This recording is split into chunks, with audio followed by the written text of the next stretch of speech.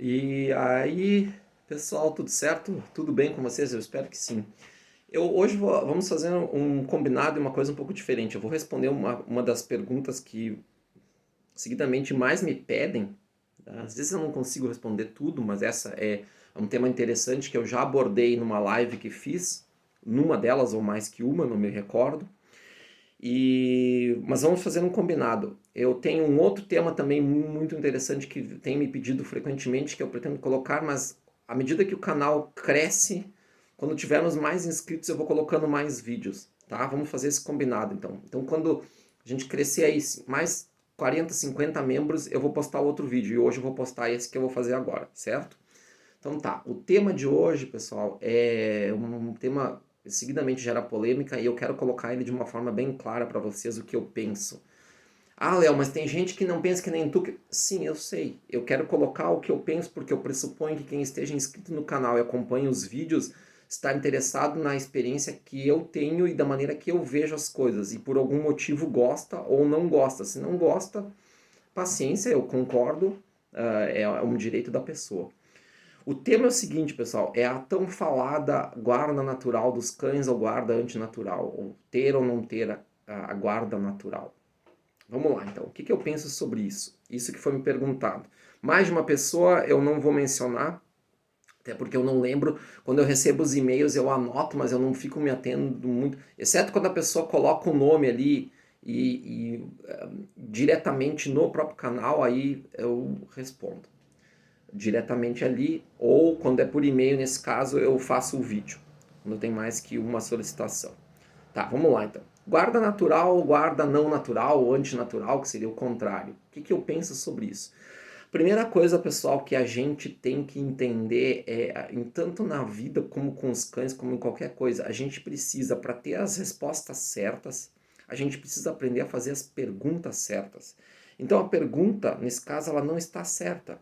A questão toda não é saber se tem, se não tem, e ficar discutindo em cima, ah, eu acho que tem, eu acho que não tem. Não é esse o ponto importante. Vamos pensar, fazer um exercício um pouquinho diferente. Vamos pensar o seguinte: digamos que a gente não sabe se tem ou se não tem, mas vamos fazer o seguinte raciocínio: a pessoa que tem cães de guarda, ela quer que o cão funcione, que seja funcional e efetivo. Ponto final. Ela não é necessariamente um sinófilo apaixonado, que nem eu sou, que nem outras pessoas são. Ela quer que o cão funcione para ela. Ponto. Vamos pegar um dos muitos casos que eu tive ao longo desses 30, ela vai pedrada, anos, de cães que evitaram problemas de assalto ou coisas mais graves. Vamos pegar um desses cães e vamos pegar esse cão, se digamos que ele tenha evitado o problema do assalto. Ele evitou. Aconteceu em vários casos, como eu falei já.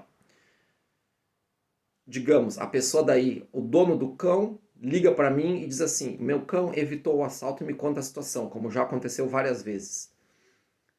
Faz sentido essa pessoa dizer assim: ó, ele evitou, aconteceu isso, o cão fez assim, mordeu, botou um para correr, mordeu o outro, mas ó, Léo, a guarda dele não é natural não, hein? Pensa nisso. Faz sentido. Ou, ao contrário, ele fez isso tudo, mas o treinamento não funcionou, porque a guarda dele foi natural, hein? Mas ele evitou o problema, mas a guarda é natural. A quem que interessa saber isso? Ao proprietário? Não, não interessa. Interessa saber se o cão tem ou não por um seletíssimo número, pequeníssimo no Brasil, de treinadores ultra especializados, ultra experts, e por um pequeníssimo número de criadores no Brasil, que eu acho que até nós nem temos criadores com esse know-how desse tamanho que precisaria para saber utilizar isso. Então, interessa só para um pequeno número de criadores e para um pequeníssimo número de treinadores essa característica de saber se tem ou se não tem. Ponto final. Para o proprietário comum, para o dono de cão de guarda, não interessa a raça, não interessa a combinação que ele usa para o cão funcionar, não vai fazer a menor diferença. Se o cão não evitou o assalto, digamos que ele falhou, por algum motivo o cão falhou, ou mesmo aconteceu o pior, a pessoa vai me ligar e vai dizer assim: ó, o cão não evitou, mas ele tinha treinamento. e a guarda não era natural. Ou ele não tinha treinamento, mas ele tinha guarda natural, mas não evitou. Vai fazer sentido? Também não vai fazer sentido. Então, essa pergunta, ela não faz sentido saber isso para a pessoa comum. Ah, Léo, mas me responde aí o que você acredita? Você acredita que tem cães que tem? Ou, bom, aí é outra questão. O que eu acredito e por que eu acredito? Mas isso também não vai fazer a diferença para você. Isso também não vai fazer a diferença na prática. Essa que é a questão. Entende? Quando a gente faz uma pergunta e cria um roteiro e lança isso no ar e as pessoas ficam debatendo e em fórum e questionando e fulano e beltrano esclareceu e não esclareceu e complicou e polemizou. Faça um pouquinho de raciocínio além disso. Pense o seguinte, isso é importante saber. Vou dar um outro exemplo, tá? Exemplo. Para a gente treinar qualquer cão, por exemplo, na proteção, tô falando do IGP agora, para treinar qualquer cão, tem regras que eu tenho que saber, tem regras que eu tenho que cumprir. E a gente não sabe. A maioria das pessoas que faz não sabe o que faz.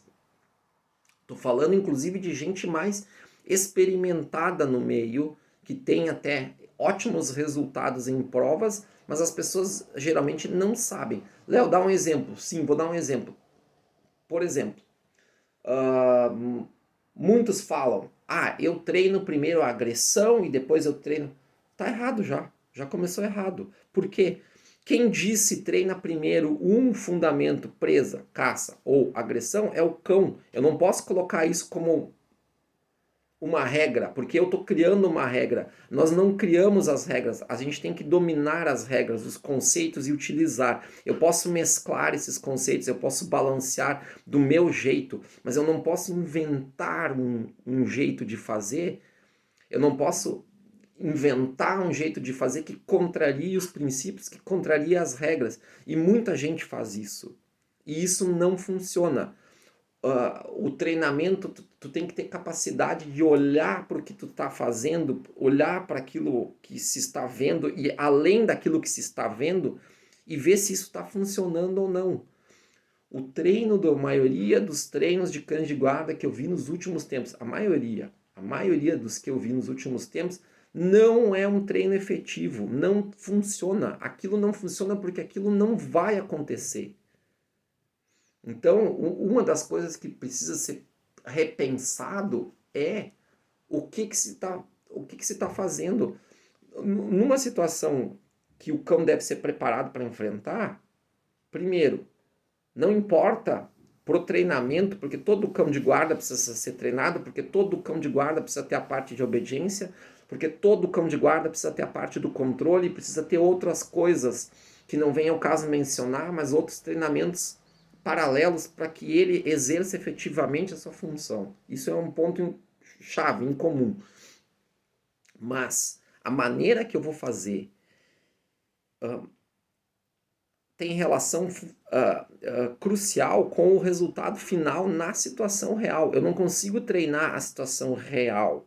Eu vou treinar e dar todos os fundamentos para que numa situação real aconteça de o cão ter mais chance de ser bem sucedido. Para isso, pouco importa ou não importa para o dono, para o pequeno criador, para o pequeno proprietário, para o criador com pequena experiência, não importa saber se ele tem guarda natural ou não guarda natural, importa para o treinador. Só que, como eu estou dizendo, a maioria do treinamento funcional de cães de guarda no Brasil ainda é muito aquém do que se precisaria ter. O treino de cães de guarda ele é muito semelhante a outros tipos de treinamento. Claro que tem as suas diferenças, porque ele não vai cuidar de uma instalação militar, ele não vai servir juntamente com o policial, ele vai exercer dentro das peculiaridades da casa onde ele vai morar, do dono dele, do proprietário dele, do como queiram chamar dele. Então é muito diferente nesse aspecto, mas os fundamentos eu não posso criar regras. Uma pessoa disposta a entrar numa casa que tenha um cão, ela não vai ter vara, ela não vai gritar, ela não vai correr de um lado para o outro. Ponto final. Isso não acontece. Se tem que fazer a simulação de coisas que efetivamente aconteçam. Ah, Léo, tu acha que tem um esporte então que treina isso na realidade? Não, não tem um esporte que treina isso na realidade. Tem esportes que treinam fundamentos mais parecidos, mas, de novo, o que importa é treinar bem os fundamentos. Por exemplo, tem uma modalidade muito pouco conhecida que chama Hoboken, que foi criada pelo Burt Bellon, que é, na verdade, é um clube, mas o clube pegou o nome dessa modalidade e eles faziam coisas bem inacreditáveis com os cães nessa modalidade. Eu tive muitos anos atrás um vídeo disso e pude acompanhar. Não sei se continuam praticando porque tem relação com o clube, mas é ringue belga, é outra coisa, mas de novo, é esporte. Ah, Mondial Ring, é esporte, IGP, esporte. KNPV, esporte de cão de polícia. Ah, mas é o mais real. Talvez seja, mas de novo, cão de polícia e cão de guarda são coisas distintas. Ele pode exercer funções muito parecidas? Pode. Mas não dá para treinar um cão de guarda de família igual se treina um cão de polícia, porque é diferente. É completamente diferente. A função e a maneira do cão ter que trabalhar. Tem que se levar em conta as particularidades do local, eu já falei isso. Tem que se criar uma estratégia, o cão tem que agir, tem que funcionar dentro de um esquema de segurança e não ser o único esquema de segurança. Tá? Então, muita atenção nisso. Outra questão, muita gente, eu já fiz live lá com meu amigo lá da questão de bandogs e coisas assim, vou estender um pouco o tema. Você acha interessante? Sim, a ideia em si é interessante, o que tem que se observar é a maneira prática que está se fazendo isso. Por quê? Tem que de novo voltar para a questão do criador que tem e que sabe o que está fazendo, e aí são poucos.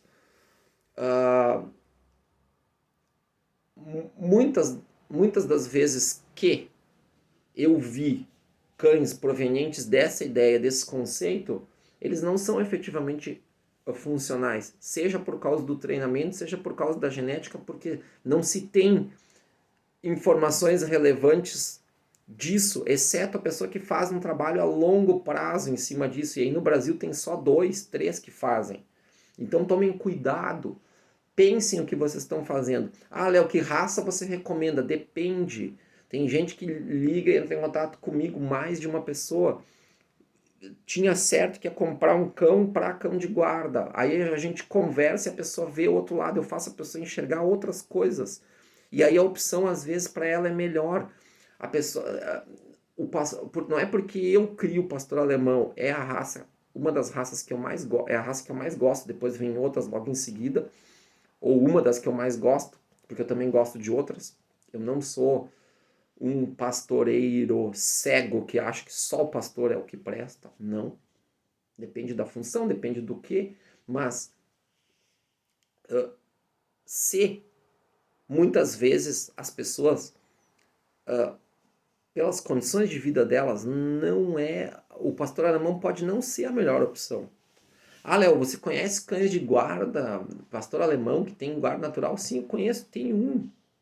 Tem um, todo mundo que conhece, ele sabe. Não é um cão para qualquer um. Não é. Ah, mas ele é extremamente funcional. Sim, ele é. Onde tu botou ele ali, ele vai cuidar e não precisa. Então tu acredita em guarda natural. De novo, importa isso? Para quem? Digamos que eu acredite. Acredito. Acredito que há, sim, mas isso é restrito. É restrito a alguns exemplares de alguma genética específica. E são cães que têm características diferenciadas dos outros. São cães mais difíceis de se manusear. São cães mais difíceis de se conduzir. Ponto. Esse é o ponto em comum. A maioria dos que se acreditam que tenha essa chamada guarda natural, porque daí tem que ver também o que cada um entende por esse conceito, isso é outro ponto. A maioria das pessoas, elas precisam entender que o cão age dentro de aspectos da psicologia comportamental. A psicologia comportamental explica, o cão vai tomar conta daquilo que ele considera essencial para ele. E as pessoas confundem isso como guarda natural. Ah, mas eu acho que isso pode ser. Então percebam que é um conceito extremamente difuso, cada um entende uma coisa ou melhor, cada um acha que entende uma coisa sobre o que é guarda natural, cada um acha que entende isso, só que não entende, e se discute dizendo, eu acredito, não acredito, eu discordo, não concordo, eu concordo, entendeu? Então, se discute, se fala sobre uma coisa que não se domina e não se entende, não se sabe sequer o que é o conceito, porque não há uma uniformidade de conceitos. Por exemplo, quando o Dr. Raiza criou o sistema de cores lá da RSV para expor os drives, é porque havia muita confusão sobre o que é presa, o que é defesa. E eu vou dizer para vocês, infelizmente, a maioria dos grandes treinadores que temos mundo afora não sabe isso. Não sabe como usar, não sabe o que é, como fazer, e faz uma miscelânea de coisas. E daí o resultado é uma miscelânea. Aí o cão chega na prova, de GP eu estou falando agora, o cão chega na prova, por exemplo, e não larga. E daí eles dizem, mas o cão tem um problema de obediência, ou falam bobagens como, o cão colou as placas, o cão fez isso, o cão fez aquilo. Não, porque o treinamento já começou errado no início, já partiu daquela ideia, eu, fulano de tal, treino primeiro agressão. Não, eu, fulano de tal, Beltraninho de tal, treino primeiro caça, presa. E depois daí eu vou num em direção ao outro e mesclo, pronto. Quem diz o que deve ser treinado é o cão, e para isso precisa se ler o cão, independente da função, independente se é de GP, Mundial Ring, KNPV, polícia, independente se é um cão de guarda. Tem que se ter um treinador, uma pessoa capaz de ler as habilidades do cão e dizer para o dono, dizer para o proprietário, dizer para o criador, esse cão está vendo, é isso, isso, isso, ele mostra isso, isso, isso. Não vai conseguir fazer isso, vai conseguir fazer aquilo, eu acho que... E isso precisa de tempo, às vezes não é na primeira vez que se consegue. Então é um assunto por demais difuso, onde as pessoas discutem como se elas dominassem, por exemplo, a mistura da teoria quântica, da relatividade do Einstein, com a teoria quântica, com o caminho do Capra, do tal da física, com... Elas falam sobre coisas que não dominam e sequer têm ideia. Elas acreditam que sabem, mas não sabem. Então tome cuidado, faz o exercício contrário. Pensa, é importante saber, é importante eu saber, faz diferença para aquilo que eu quero, eu saber se meu cão tem guarda natural. Não faz. Para a maioria das pessoas, para a imensa maioria das pessoas, não faz a menor diferença. Então foca em perguntas, foca em conceitos, foca em aprender as coisas clássicas dentro do adestramento canino e foca em aprender a fazer as perguntas certas para aquilo que realmente importa para você e não com discussões teóricas que não te levam a lugar nenhum, tá? Essa é a dica. Valeu, pessoal. Até a próxima. Tchau.